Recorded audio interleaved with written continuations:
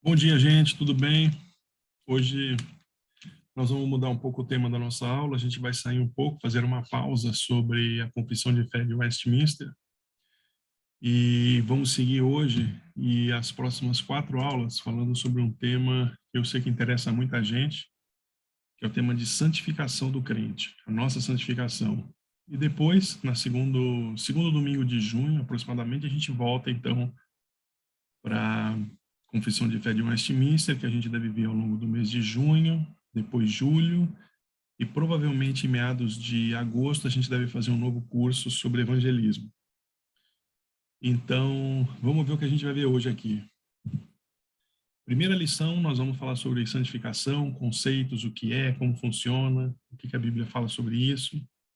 Depois a gente vai ver na lição 2 qual é a importância dos hábitos espirituais e quais seriam esses hábitos espirituais. Depois, na aula 3, a gente vai falar sobre os meios da graça, a importância dos sacramentos, o que isso significa. E na última lição, a gente vai falar sobre o Pai Nosso, a gente vai olhar o Pai Nosso, cada linha, o que cada frase, cada pedido de Jesus está querendo dizer. Vamos falar também sobre o domingo cristão, que antigamente era chamado de sábado, que a gente vê desde Gênesis, né, quando Deus descansou no 7º dia, e todo o que isso significa para nós como santificação. Mas antes da gente começar, então, vamos fazer uma oração? Senhor, nosso Deus e Pai, nós te agradecemos por esse dia, te agradecemos pela tua misericórdia que se renova a cada manhã, pelo teu amor, porque o Senhor é compassivo, longânimo, benigno. Nós te louvamos, ó Pai, pela tua graça que nos alcançou e nos salvou, e te louvamos porque o Senhor não desiste de nós. Pelo contrário, o Senhor segue trabalhando, nos santificando à imagem e semelhança de teu Filho. Nós te louvamos e pedimos que essa aula possa ser uma aula não só instrutiva, mas uma aula que edifique a tua igreja e principalmente glorifique o teu nome, em nome de Jesus. Amém. Então vamos lá, gente. Nenhum lugar melhor para a gente começar falando sobre santificação do que na própria Confissão de Fé de Westminster que a gente estava estudando. Então vamos ver o que a Confissão de Fé de Westminster fala sobre santificação. Primeiro, é um trabalho de Deus, através do Espírito Santo, transformando o homem à imagem e semelhança de Cristo. Seção 1 diz: os que são eficazmente chamados e regenerados, ou seja, os que foram realmente salvos, tendo sido criado neles um novo coração e um novo espírito, são, além disso, santificados, real e pessoalmente, pela virtude da morte e ressurreição de Cristo, por sua palavra e por seu espírito, que neles habita. O domínio de todo o corpo do pecado é destruído, as suas várias concupiscências são mais e mais enfraquecidas e mortificadas. E eles são mais e mais vivificados e fortalecidos em todas as graças salvadoras, para a prática da verdadeira santidade, sem a qual ninguém verá o Senhor. Item 2. A confissão de fé diz: esta santificação é no homem todo, porém imperfeita nesta vida. Ainda subsiste em todas as partes dele restos de corrupção. E daí nasceu uma guerra contínua e irreconciliável. A carne lutando contra o espírito e o espírito lutando contra a carne, como a gente vê Paulo falando. Vamos para a seção 3, que diz assim, a última explicação da confissão de fé sobre a santificação. Nesta guerra entre o espírito e a carne, embora prevaleçam por algum tempo as corrupções que restam, contudo, pelo contínuo socorro da eficácia do santificador, Espírito de Cristo, a parte regenerada conquista a vitória, e assim os santos crescem em graça, aperfeiçoando a sua santidade no temor de Deus. Olha só quanta informação a gente tem aqui na Confissão de Fé de Westminster. Se a gente fosse desempacotar essas 3 sessões e falar sobre cada uma dessas frases, o que são eficazmente chamados, regenerados, o que isso significa, quais os versículos que subsidiam essas 1, 2, 3, 4, 5, 6 palavras, depois tendo sido criado neles um novo coração, não um coração de pedra, mas um coração de carne, como a gente lembra de alguns versículos, profetas. Se a gente fosse desempacotar isso, a gente teria diversas, dezenas de aulas. Mas aqui para vocês, para o nosso objetivo, para a nossa aula, é entender o conceito de santificação. A gente vai abordar cada um desses temas através de todos os outros slides e até mesmo dentro desse primeiro slide, mas a gente não vai estudar só a Confissão de Fé de Westminster, apesar dela já dizer bastante coisa aqui para a gente, né? Como, por exemplo, ela é um ato contínuo após a nossa salvação, que por si só é baseada no nosso chamado, na obra de Cristo. Nós somos santificados pela palavra, pelo seu Espírito, que em nós habita. Então a gente poderia olhar assim, eu grifei aqui várias coisas que chamam a atenção, mas que a gente vai ver inclusive hoje. Essa santificação é no homem todo, ela é imperfeita, ela é contínua. Então, eu acho que essa primeira definição, ela já nos dá muito entendimento sobre o que é a santificação. Mas vamos seguir. Catecismo Maior de Westminster. Lembra? Foram perguntas e respostas que foram feitas para que as pessoas pudessem ler, estudar e aprender quais são as doutrinas principais da Reforma Protestante e do cristianismo. Doutrinas bíblicas. E tem também o Catecismo Menor, que é mais para criança. Então, aqui já fica uma reflexão. Seria interessante a gente olhar também o Catecismo Maior, cada uma dessas perguntas. Melhor ainda seria se cada um de vocês pegassem esse Catecismo Maior e estudassem um pouco as suas perguntas. É ideal para um culto doméstico, é ideal para você pegar, por exemplo, para um jovem, criança, você pega o Catecismo Menor. E você faz a pergunta e a criança tem que tentar responder. Ou você pergunta e responde, explicando para ela todos os principais pontos do cristianismo. Então, vamos ver aqui o que o Catecismo Maior fala sobre a santificação. O que é santificação? Pergunta número 75. Resposta.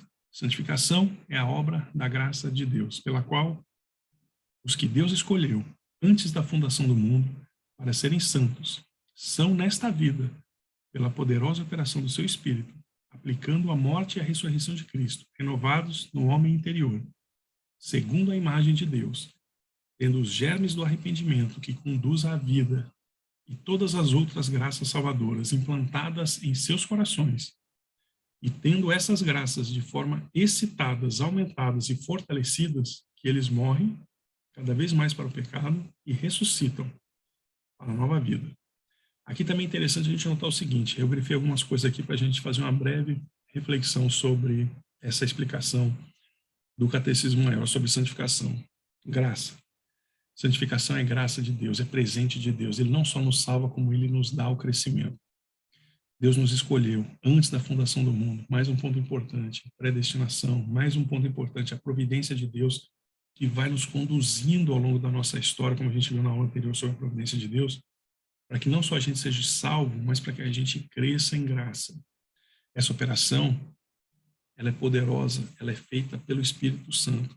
Ela aplica, a gente vê aqui um pouco de cristologia, ela aplica a morte e a ressurreição de Cristo em nossas vidas, renovando o nosso interior, a imagem de Deus. Ou seja, mais um ponto importante, antropologia, o homem foi feito, como a gente sabe em Gênesis, para ser a imagem e semelhança de Deus. Depois da queda, isso ficou um pouco complicado.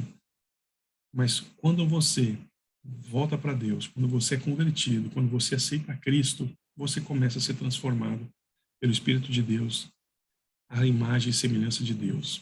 E isso faz parte do processo de santificação.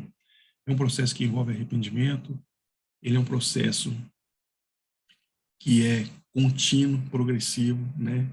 Esse arrependimento, essa graça de Deus é implantada em nosso coração, ela é aumentada, ela é fortalecida. O nosso velho homem vai morrendo, ele briga, ele vai morrendo, como diz Paulo, né? Que ele luta contra a carne.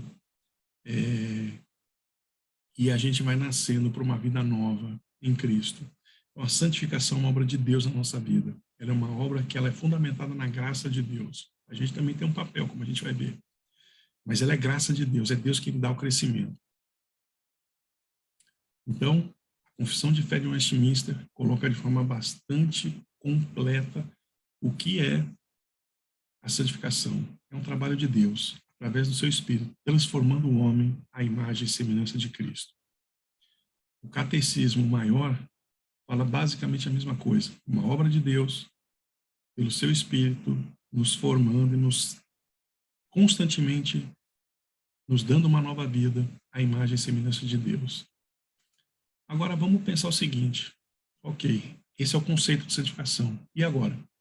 O que a Bíblia diz sobre santificação? A gente não vai poder, não vai dar tempo, na verdade, de olhar todo o Velho Testamento, todo o Novo Testamento, fazer uma análise sobre, por exemplo, o que os pais da igreja, alguns deles que viveram ali no ano 100, 200 depois de Cristo, alguns que foram discípulos de João, o que eles falavam sobre santificação, fazer uma análise exegética de todas as passagens bíblicas sobre o que é santificação, ver o que os pais da igreja, por exemplo, Agostinho, o que Agostinho falou sobre santificação, depois o que a igreja medieval, antes, né, de se desviar, o que ela falava sobre santificação, depois o que a reforma protestante trouxe de volta, de ensinamento bíblico sobre a santificação, o que os puritanos olharam e falaram e viveram o que era santificação, o que teólogos contemporâneos falam sobre santificação. A gente não vai ter tempo de ver tudo isso no mínimo detalhe, mas a gente vai dar uma olhada bem geral, de forma representativa sobre tudo isso, né? E principalmente sobre os conceitos bíblicos e práticos para a nossa vida hoje. Então, eu faço uma pergunta para vocês nessa hora. Qual o livro da Bíblia que é sobre santificação? Toda a Bíblia. Mas qual deles chama bastante atenção? Infelizmente, é um livro que é muitas vezes esquecido. Eu até pergunto para você, quando foi a última vez que você ouviu um sermão, um estudo sobre o livro de Levíticos?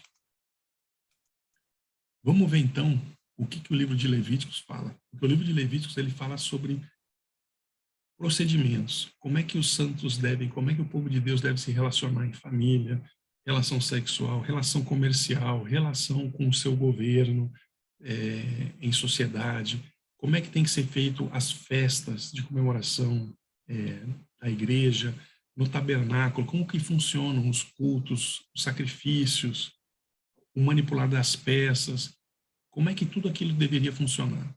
Então, isso tudo está tratado ali no livro de Levíticos, que é um livro sobre santidade. Mostra que Deus é santo e a gente é chamado para isso. Como a gente lê aqui, por exemplo, agora, nesse versículo 10 do capítulo 10, diz assim: o objetivo da santificação, vamos lá, nos fazer santos, para que vocês façam diferença ainda, o santo e o comum, e entre o puro e o impuro. Olha que interessante.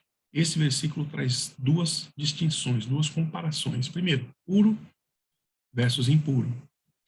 O que era considerado em Levítico puro e o que era considerado em Levítico impuro? O que era ritualmente limpo e aquilo que era ritualmente sujo. Ritualmente, para o culto, tinha que estar limpo, tinha que ser feito de uma certa forma, de uma certa maneira. Não podia ser feito da cabeça de quem estava lá fazendo, né? Tinha que ser feito de acordo com as instruções que Deus tinha dado através de Moisés. Puro, ritualmente limpo. Impuro, ritualmente sujo. Não servia para o culto. Santo, outra comparação que a gente lê aqui, ó. Santo versus comum. Santo, algo que era separado para Deus, uso exclusivo. Comum, neutro, utilizado para quaisquer outros fins. Vamos pensar num prato. Um prato que era colocado lá numa mesa de um sacrifício. Tudo aquilo era utensílio santo, separado para o uso exclusivo do tabernáculo do templo, onde estava a presença de Deus com o seu povo. Era para aquilo. Você poderia ter um prato na sua casa que você usava para qualquer coisa. Então, olha que interessante. O objetivo da santificação é nos fazer santos. É que a gente tenha uma distinção, a gente saiba qual é a diferença entre ser santo, ser comum, entre ser puro e ser impuro. Olha como isso vai vir para os dias de hoje, nesse conceito de santificação. Aqui a gente vê dois pares, não são dois paralelos. Ou é santo ou é comum, ou é puro ou é impuro. Se a gente for olhar isso aqui no hebraico, a gente vai conseguir perceber algumas diferenças. É até interessante, apesar de não ser conclusivo, se você pegar todas as linguagens bíblicas, traduções em português, olha a corrigida, olha a Almeida, olha a Nova Almeida, olha a linguagem de hoje. Tente olhar outras linguagens. Eu sei que em inglês tem milhares de linguagens. Se você olhar 3, 4, você vai ver a diferença que a gente está falando aqui. Que é essa aqui, ó, entre o santo e o comum, e entre o puro e o impuro. São dois paralelos. O que significa?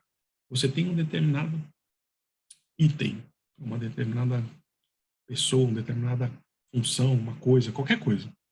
Ou ela é pura, ou ela é impura. Ou ela é ritualmente limpa, ou ela é ritualmente suja. Se ela for pura, ritualmente limpa, Ela pode ser comum ou ela pode ser santa. Se ela for santa, a gente está falando aqui de Levítico. Pessoas, lugares, dias, calendários, procedimentos exclusivos para Deus. Eu vou descer um pouquinho aqui. Olha que interessante. Essa palavra aqui, ó, que muitas vezes é traduzida de forma diferente nas Bíblias em português ou até em algumas em inglês, é uma palavrinha aqui, hol, em hebraico, que quer dizer comum. Aqui, olha, diz o seguinte, ó, a distinção entre o limpo e o impuro refere-se a questões de pureza ritual. O impuro é algo que se tornou ritualmente contaminado e não pode ser trazido para a área do santuário, para a área da presença de Deus. O comum, ao contrário, é neutro, não é por natureza impuro, pelo contrário, é simplesmente o que está fora da área do santuário. Então, Israel era para ser um povo não só limpo, puro e comum, mas também um povo santo, sagrado, separado, dedicado a Deus, vivendo em sua presença. Esse é o primeiro e grande conceito que a gente vê no livro de Levíticos. O povo de Deus, naquela época, era para ser um povo puro, ritualmente puro, sim, porque haviam todos aqueles sacrifícios de ovelha, de bois, tinha diversos sacrifícios para todo tipo de coisa. Então era para ser um povo puro, mas também era para ser um povo santo. Podia ser até um povo comum, mas eles também eram chamados para serem um povo santo, dedicados. Isso a gente vê em outras passagens. Aqui, exclusivamente, no livro de Levítico, a gente vê, por exemplo, o que aconteceu com a família de Arão, que era um sacerdote, e os seus filhos se desviaram, se tornaram impuros no trabalho de Deus, e Deus os castiga e eles morrem. Então, aí a gente chega no capítulo 10, que é quando a gente lê aqui que o povo deveria ser santo e fazer a distinção entre o santo e o comum, entre o puro e o impuro. Então, Israel não foi chamado apenas para ser um povo limpo. Ah, eu sou salvo, agora vou viver do meu jeito. Não. Você foi salvo, como a gente vê ali na Constituição de Fé de Westminster, para viver uma vida santa, separada, excluída, diferente daqueles padrões mundanos, como diz lá Paulo em Romanos, né, que a gente deve viver em renovação de mente. Então, a igreja de Cristo no Velho Testamento não era só uma igreja santa, era uma igreja que era para viver também uma vida separada, dedicada a Deus, vivendo em sua presença, como as pessoas, os sacerdotes e os utensílios que eram usados para quê? Como a gente leu aqui, dentro da área do santuário, onde havia a presença de Deus. Então, esse é um conceito bíblico muito fundamental para a gente entender que não basta só ser ritualmente limpo, nós somos salvos por Cristo, mas nós também somos chamados para viver uma vida separada do mundo, uma vida consagrada a Deus, uma vida dedicada a Deus, uma vida santa. Agora vamos ver mais alguns pontos interessantes que linkam Levíticos com o Novo Testamento. A santificação não é apenas sobre se afastar do pecado. Nós somos feitos para sermos dedicados a Deus, entrar no Santo dos Santos, viver na presença de Deus. Vamos ver aqui, então, esses dois versículos. Ó. Vamos lá para Levíticos 19, 2. Diz: o Senhor, vou começar no versículo 1. O Senhor Deus mandou Moisés dizer ao povo de Israel o seguinte: sejam santos, pois eu, o Senhor, o Deus de vocês, sou santo. Ou seja, vocês têm que ter o meu padrão, né? O que Deus está dizendo se eu sou santo, vocês têm que ser santos. Não dá para ser diferente, né? Agora vamos ver o que Pedro fala aqui, porque tem tudo a ver com Levíticos. Esse texto aqui de 1 Pedro. Primeiro vamos ver o capítulo 1, verso 15, que também é um texto muito conhecido de vocês, com certeza. Diz assim, ó, pelo contrário, sejam santos em tudo o que fizerem, assim como Deus que os chamou é santo. Ou seja, é um paralelo incrível entre Levíticos e 1 Pedro, os dois testamentos, antes de Cristo e depois de Cristo, dizendo a mesma coisa para a igreja de Deus. Sejam santos, porque Deus é santo.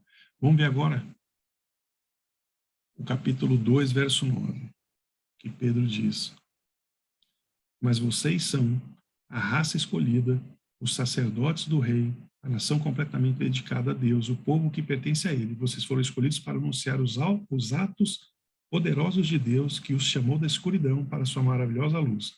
Olha o comecinho. Vocês são raça escolhida, sacerdotes do rei. Vou ler na outra tradução agora. Essa foi a linguagem de hoje. Vamos ler na Nova Almeida. Diz assim: vocês, porém, são geração eleita, sacerdócio real. Ou seja, nós que somos cristãos, somos a igreja de Cristo, somos chamados a sermos como sacerdotes do Antigo Testamento, que viviam de forma separada, dedicada a Deus. Eles não eram apenas ritualmente limpos, mas comum. Não, eles eram limpos, ritualmente limpos, como nós somos lavados pelo sangue de Cristo. Mas eles são chamados, e nós, como sacerdotes de Deus, somos chamados para vivermos também em santidade de vida. Esse aqui é uma conexão muito forte entre o Antigo e o Novo Testamento, entre aquilo que Deus chama o seu povo para ser. Vamos ver aqui o que mais. Aqui, fale a toda a congregação dos filhos de Israel, diga-lhes sede santos, ok? Pedro. Então, a gente vê aqui um link muito forte sobre o papel do cristão como sendo um sacerdócio, um sacerdote do rei, como a gente leu na versão da Nova Linguagem, ou aqui, sacerdócio real, nação santa, povo de propriedade exclusiva, ou seja, o mesmo conceito lá de Levítico, ou seja, é separado, exclusivo, né? É para viver de acordo com o seu novo padrão, agora, padrão de Deus, né? Sede santos, pois eu sou santo, disse o Senhor. Todos nós somos sacerdócio real, chamados à santidade, evitando o pecado e nos dando mais a Deus. Isso significa amadurecimento em Cristo, santificação, frutos do Espírito versus obras da carne, como vocês também conhecem. Tudo isso nos mostra a sequência da Bíblia. Nós somos salvos, nos afastamos do errado, do pecado, somos santificados e, por fim, um dia seremos glorificados na presença de Deus, como a gente lê lá em Romanos. Então, isso aqui é o grande ensinamento que a gente poderia, e provavelmente a gente vai encontrar em todos os textos bíblicos sobre santificação. Alguns focados talvez em hábitos, outros focados em conceitos, mas o grande conceito é esse. Deus é santo e nos chama para ser santo. Do mesmo jeito que Deus escolheu uma família, uma pessoa, alguns homens para serem os seus sacerdotes, os seus representantes, aqueles que iam ministrar na sua presença. E esses caras tinham que ser santos, tinham padrões para seguir. O Novo Testamento diz que todos nós somos essa geração eleita, essa geração em Cristo, somos sacerdotes também do Deus Altíssimo. Com que objetivo? Proclamar as virtudes daquele que nos chamou das trevas para a sua maravilhosa luz. Ou seja, Deus nos elegeu para sermos santos e depois para proclamar as virtudes. Se a gente estivesse falando uma aula aqui sobre evangelismo, a gente ia falar sobre essa segunda parte do versículo. Mas aqui a gente está falando sobre santidade, santificação, que é um mandamento de Deus para o seu povo. Exemplo de Jesus. Foi uma pessoa humana, sem pecado, que teve uma total devoção ao Pai. Ou seja, o caminho para baixo é o caminho para cima. Jesus obedeceu ao Pai, Cristo viveu uma vida de humildade, ele sendo dono do universo, se humilhou ao ponto de se transformar em um homem, tudo isso para cumprir o plano de Deus para a nossa salvação. E ele viveu sem pecado e pode nos ajudar hoje também nisso, como a gente vai ver. Então, isso é importante a gente ter em mente. Santificação é mais do que obediência, não errar, não pecar. É ser separado para Deus. Esse é o grande ponto que a gente tem que entender aqui de Levíticos, 1 Pedro e tantos outros textos que a gente poderia ter colocado aqui no meio. Nós somos salvos, somos chamados para ser santos.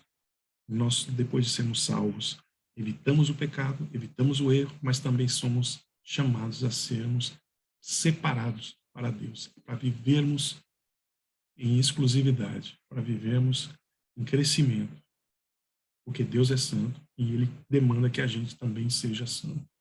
E esse é um processo, como a gente viu aqui na Confissão de Fé de Westminster, que é um processo, é um exercício que vai sendo progressivamente feito pelo Espírito Santo na nossa vida até a gente ser perfeito na presença de Deus. Mas, ok, a gente viu então o que significa santificação, o que a Confissão de Fé de Westminster fala. A gente viu tudo aquilo, as perguntas lá da Grande Confissão. A gente viu que Levíticos 19 fala, qual a ligação com o Novo Testamento. Agora, como ocorre a santificação? Vamos lá. A gente vê aqui, ó, Jeremias. Vamos ler então esse texto, Jeremias 1.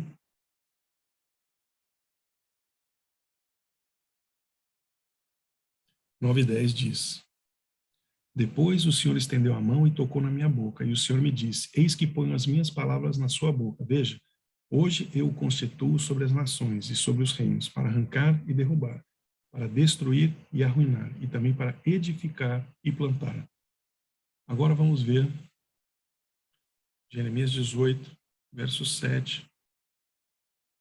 Diz: No momento em que eu falar a respeito de uma nação ou de um reino para o arrancar, derrubar e destruir, se essa nação se converter da maldade contra a qual eu falei, também eu mudarei de ideia a respeito do mal que ele pensava fazer. Aí seguindo aqui, ó. E no momento em que eu falar a respeito de uma nação ou de um reino para o edificar e plantar, se ele fizer o que é mal e não obedecer a minha voz, então eu mudarei de ideia quanto ao bem que havia prometido fazer. Ou seja, você vê que Deus não só ajuda a plantar, a edificar, como também a destruir, a derrubar. Vamos ver aqui agora, então, no primeiro capítulo, a gente vê o quê? Deus chamando Jeremias. Agora aqui, a gente vê que Deus está fazendo as coisas. Aí a gente vai para o lamento de Jeremias, lá no capítulo 31, verso 28. Diz assim: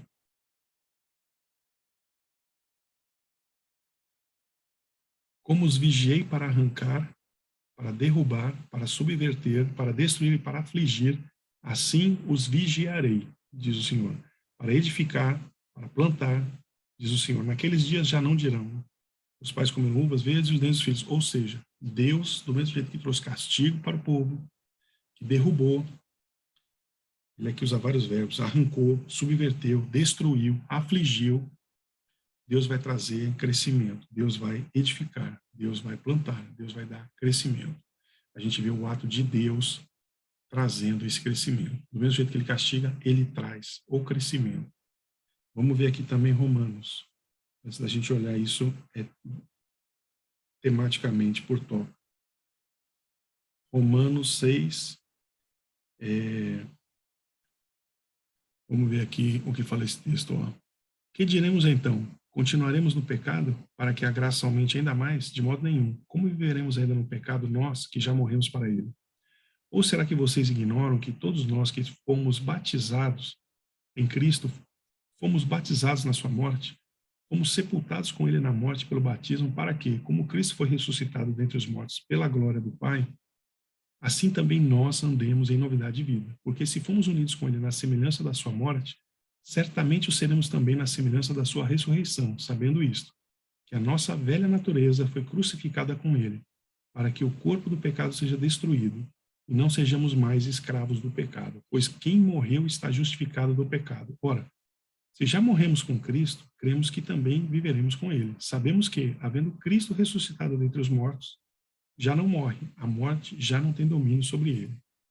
Pois, quanto a ter morrido, de uma vez para sempre morreu para o pecado, mas, quanto a viver, vive para Deus.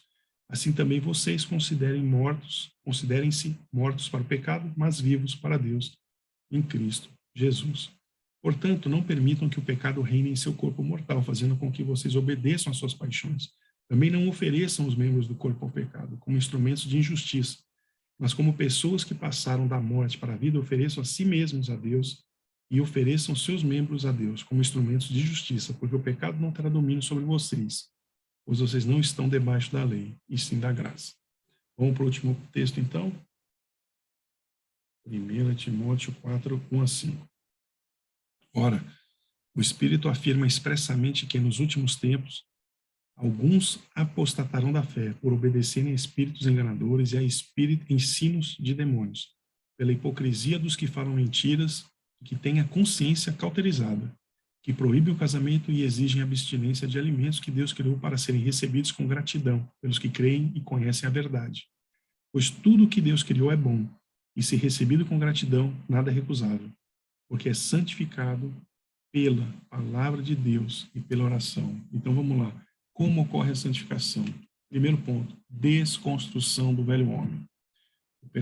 O pecado permeou cada parte da nossa vida. A gente vê Deus dizendo lá em Jeremias que ele arranca, ele quebra, ele destrói, ele derruba. Aí Deus vem e reconstrói o novo homem depois da nossa salvação. Nós somos vivificados à imagem de Jesus. Ganhamos um novo coração, coração de carne e não mais um coração de pedra. Deus então vai construir, ele planta e constrói um novo homem à imagem e semelhança de Cristo. O que mais a gente vê aqui? A palavra de Deus não apenas mata o homem anterior, ela vivifica o novo homem. Como a gente leu aqui agora, ela é um objeto de santificação. A santificação não é apenas expulsar nosso mal, mas também nos transfigurar para nos assemelharmos a Cristo. Ou seja, a gente está aqui, virado para o pecado. Se você vai virar as costas para o pecado, você está virando a sua cabeça automaticamente para Cristo. Não dá para você virar as costas para o pecado e olhar para nada.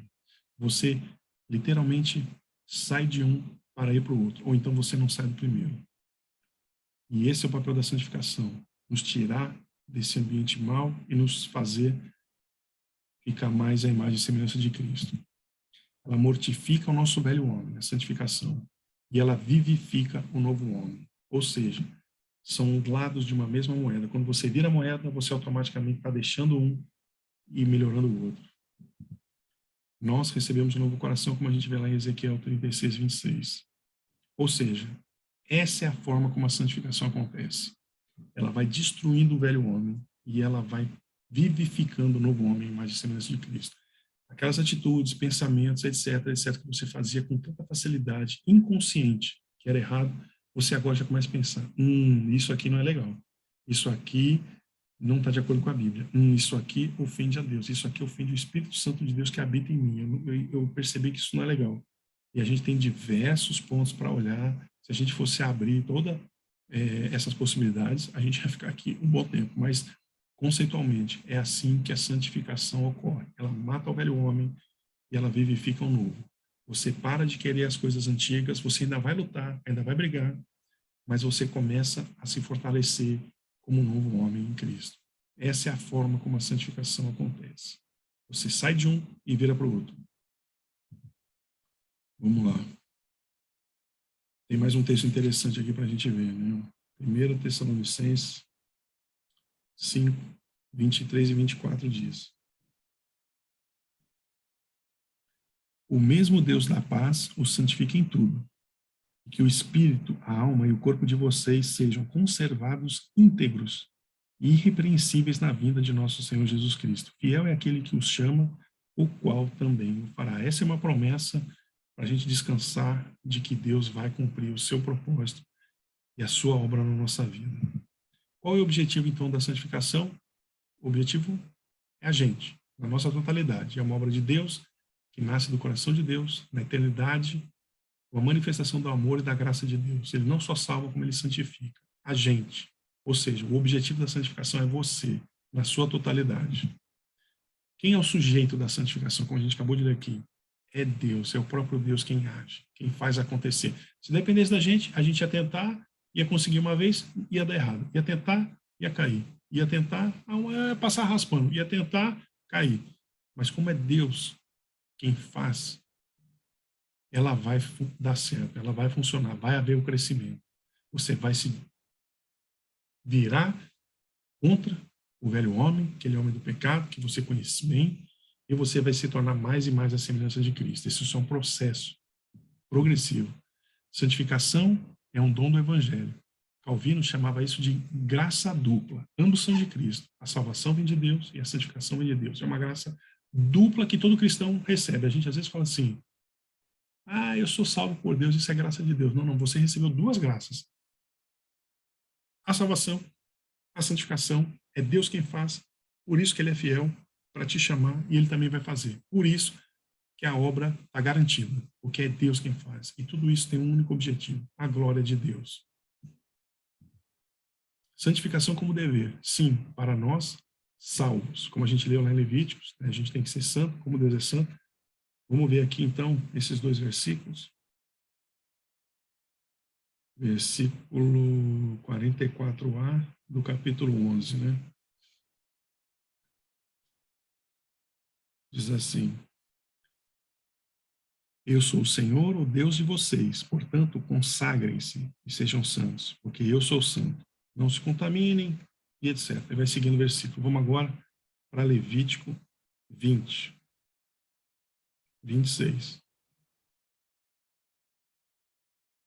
A gente lê: Sejam santos para mim, porque eu, o Senhor, sou santo, e os separei dos outros povos para que sejam meus.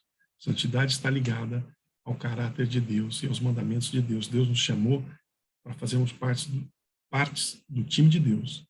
E o time de Deus tem o caráter, tem todas as características de Deus. Ou seja, Deus nos chama para ser santos. Então, sim, santificação é um dever para o cristão.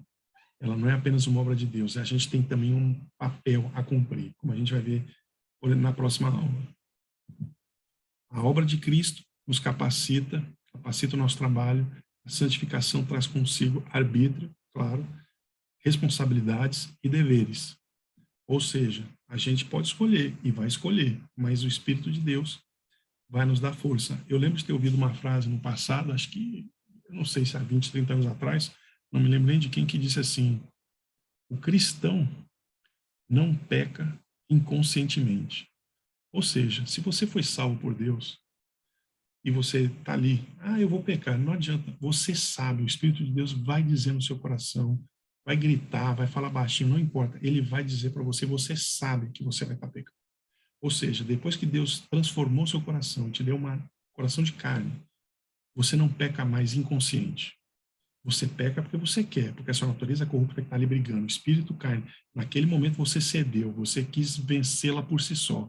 Você não disse, você não se ajoelhou, não orou, não pediu para Deus ter misericórdia de você, derramar sua graça e te fazer vencer aquele obstáculo, como a gente lê lá em Hebreus, que Jesus passou por tanta tentação, mas viveu sem pecado, e ele é capaz de nos ajudar a vencer isso. Então, o crente verdadeiro não peca inconsciente.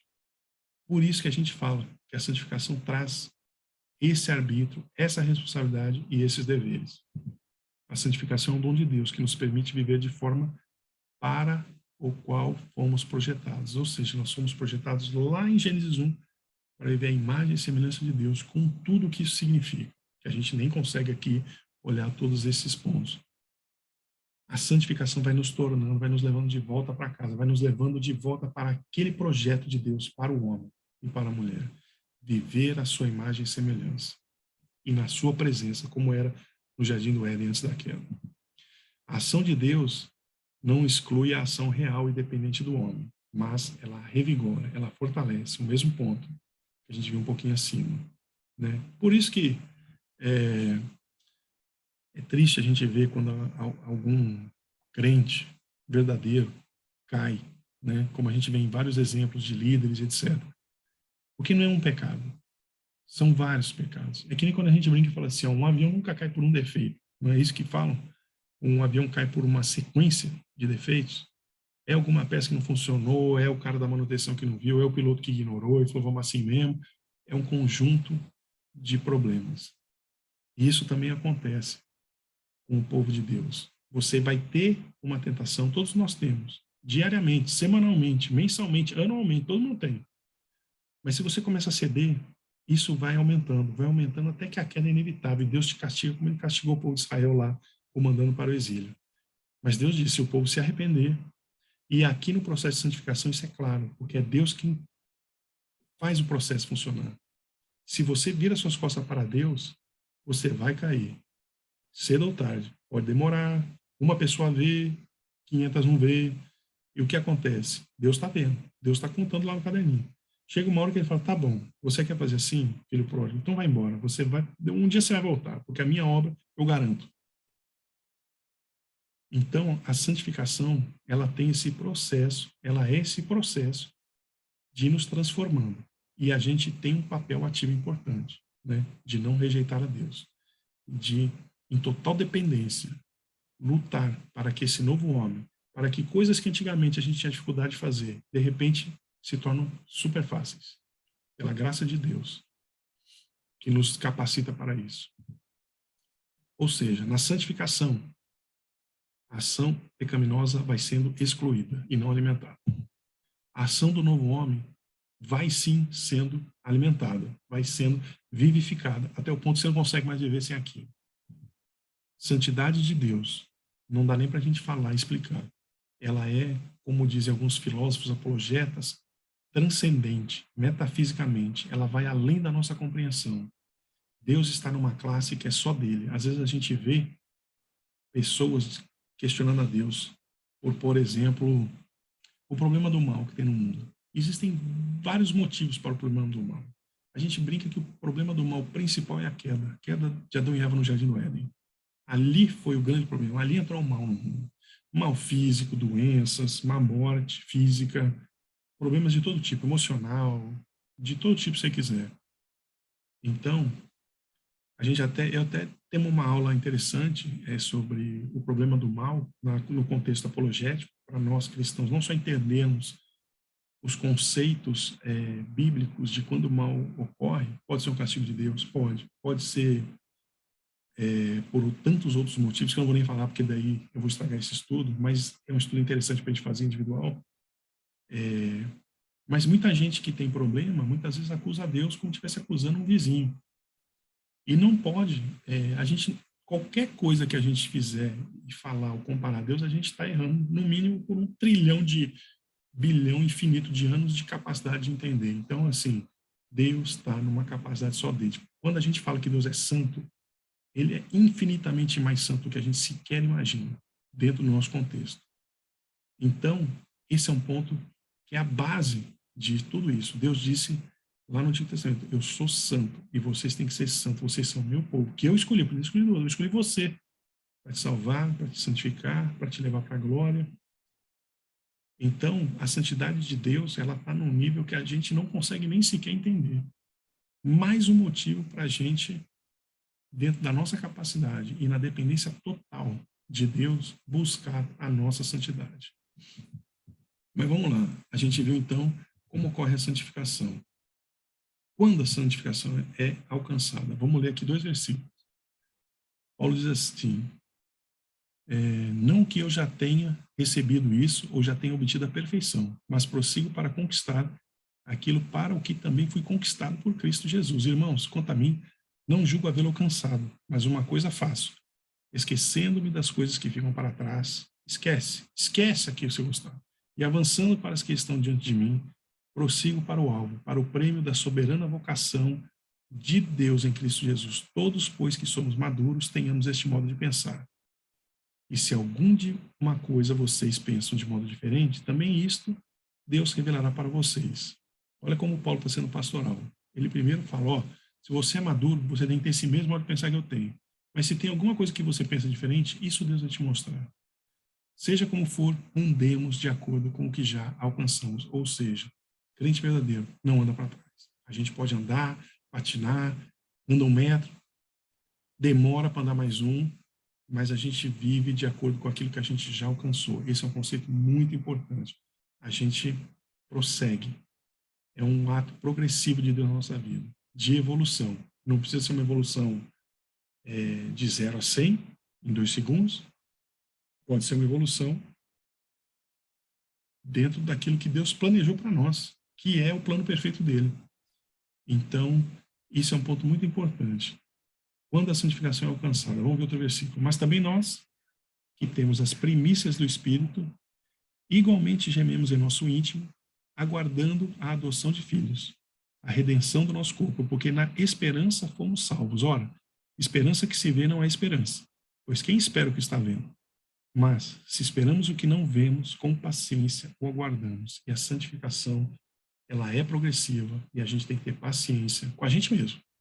A gente é falho, nós somos carnais, nós dependemos totalmente do Espírito Santo, do agir de Deus, da graça de Deus para nos dar todo o crescimento e nos manter firmes, andando e evoluindo naquilo que Deus já alcançou e já fez para nós. Essa é uma parte importante, é um processo progressivo. E a gente, com paciência, tem que lidar com a gente mesmo e com as outras pessoas. Porque Santificação não quer dizer que do dia para a noite você vai mudar tudo aquilo de errado que você fazia, relacionamento, forma de falar, forma de agir, qualquer coisa que a gente quiser falar aqui. Não. É um processo. Vão ter altos, vão ter baixos, mas a gente tem que seguir com paciência conosco mesmo, sabendo que Deus é quem nos chamou para isso e é Ele quem vai concluir a obra. Pela sua graça e pelo poder do seu Espírito que opera em nós, a gente, de forma humilde, tem que reconhecer isso e buscar isso para que a gente continue evoluindo. Deus está e vai nos santificar por completo. Esse é o ponto. Como ela é alcançada? Ela é alcançada porque Deus vai fazer acontecer e vai fazer de forma perfeita. Quando a santificação é alcançada? Primeiro, a santificação ela já é uma realidade, ela já ocorre. Quando você se converte, você já não, parece que você já foi desconectado, que nem um cabo, de algumas coisas da sua vida anterior. Então, a santificação ela já é uma realidade presente na vida do cristão. Não importa quantos anos ele tem, quando ele foi convertido, qual a idade, qual a história, qual o histórico dessa pessoa, não importa. A santificação já é um processo, que já é uma realidade. Não importa se ele está vamos tentar fazer uma analogia com a escola, na primeira série, ou no terceiro, ou no colegial, ou no doutorado, não importa.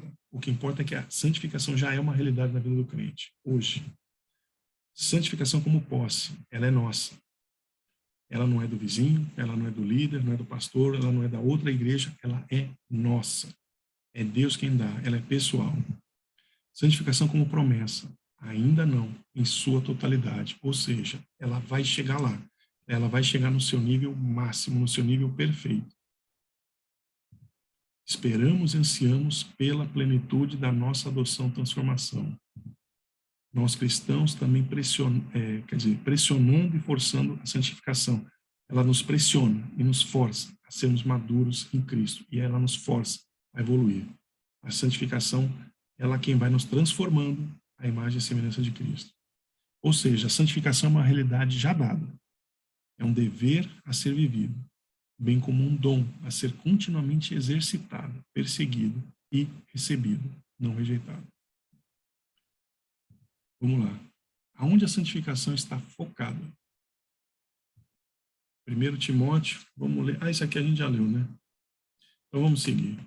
A gente leu, peraí, deixa eu ver aqui. A gente leu o 1 Timóteo 4, deixa eu só checar aqui se for o 4, se for o 5, agora fica a dúvida. É esse mesmo. Esse a gente já leu. Então vamos seguir aqui. Verso 5. Diz assim, porque é santificado pela palavra de Deus e pela oração. Ou seja, os outros versos todos aqui, depois eu gostaria que vocês lessem com calma, até para poder rever esse material e fixar melhor. A gente vê o seguinte, que Paulo fala uma coisa interessante, exercício. Né? Tem lá os exercícios físicos, que tem algum proveito, mas a gente tem que se exercitar espiritualmente. Quando? Sempre. O que mais? Mas exercitar espiritualmente sempre, fazendo o quê? Eu não quero entrar no motivo das próximas aulas, mas está aí uma dica no verso 5. Palavra, oração. Nós temos que nos exercitar continuamente. Isso é parte do processo de santificação, isso é a nossa parte. Nós somos feitos santos de maneira devotada, mais dedicada a Deus. Ou seja, se você está se tornando mais santo, você está ficando mais devotado a Deus, mais dedicado a Deus.